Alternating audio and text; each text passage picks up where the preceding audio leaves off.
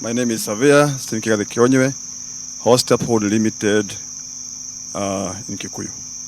Step that one should do before actually committing their money, before actually going to a company and telling them, now I want to purchase a house from you, or I want us to partner together. I think Mr. Kigadi should be the right person to answer that.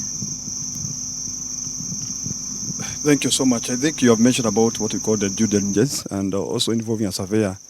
A surveyor is the core leader in this sector when it comes to anything to do with lands, because we have, before they bring up their constructions or their development buildings, they have to involve a surveyor to check on the boundaries. You have found that many people have really constructed on areas that are restricted. We give a lot of advices and due diligence in terms of knowing exactly whether that building is lying on a riparian, that building is maybe on a pathway, on a railway line, or maybe on what we call a river that was in existence. So we normally try to tell them exactly where they should do their construction.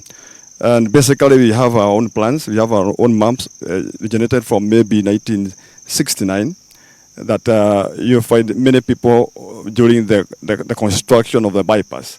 They suffer the fate of being the house being condemned, basically because they never inquired or never went with the surveyors. So we give them what they require in terms of making them to know exactly where they're supposed to start their construction. The role of surveyor is very pivotal in such a way that we take care of their boundaries. There's what we call the georeference. The georeference is trying to connect the map with the ground, trying to check where the map is actually showing. Is it the exact position where it should be constructed? And again, we have what we call the engineering surveys, where we check about the soil, the types of soil they are maybe going to construct. You find that these developers, they incur a lot of expenses when they go maybe to a type of soil called, is it loam soil or clay soil, cotton soil. You find that they are trying to dip harder and deeper so they can be able to have their foundation. We try to tell them this is not the best place to purchase a plot. Let us go somewhere else, maybe so that we may be able not to take much of their finances. What we call the amendment, the act of the Section of Property Act of 2020 that came into force, and Section 21 of 2021 that gave a leeway for every unit to have a title deed. Now we are giving them title deed, and there are some procedures, maybe steps to be followed.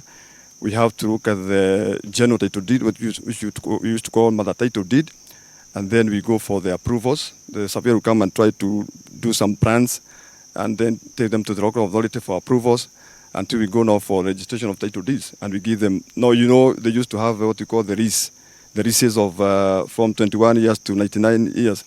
And now we have this kind of title deeds to be registered individually. And I think we have got a very breakthrough nowadays. And people are happy because they have their title deed now.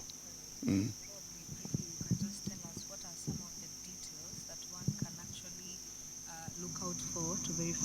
That is a genuine title deed for that specific house? First and foremost, we have to check the search of that title deed, because most of these people, developers, Kenyajuik and bear me witness, they don't have their finances at hand. They normally go and get some loans. So the first thing they should do before even purchase, can you go and check whether they have a loan? If they have a loan, then you can be able now to go to a lawyer and agree when the loan will be discharged. And again, genuine title deeds are there because you have to enter into any other registry that the title was really been registered in, and try maybe to check from the land registry or registrar.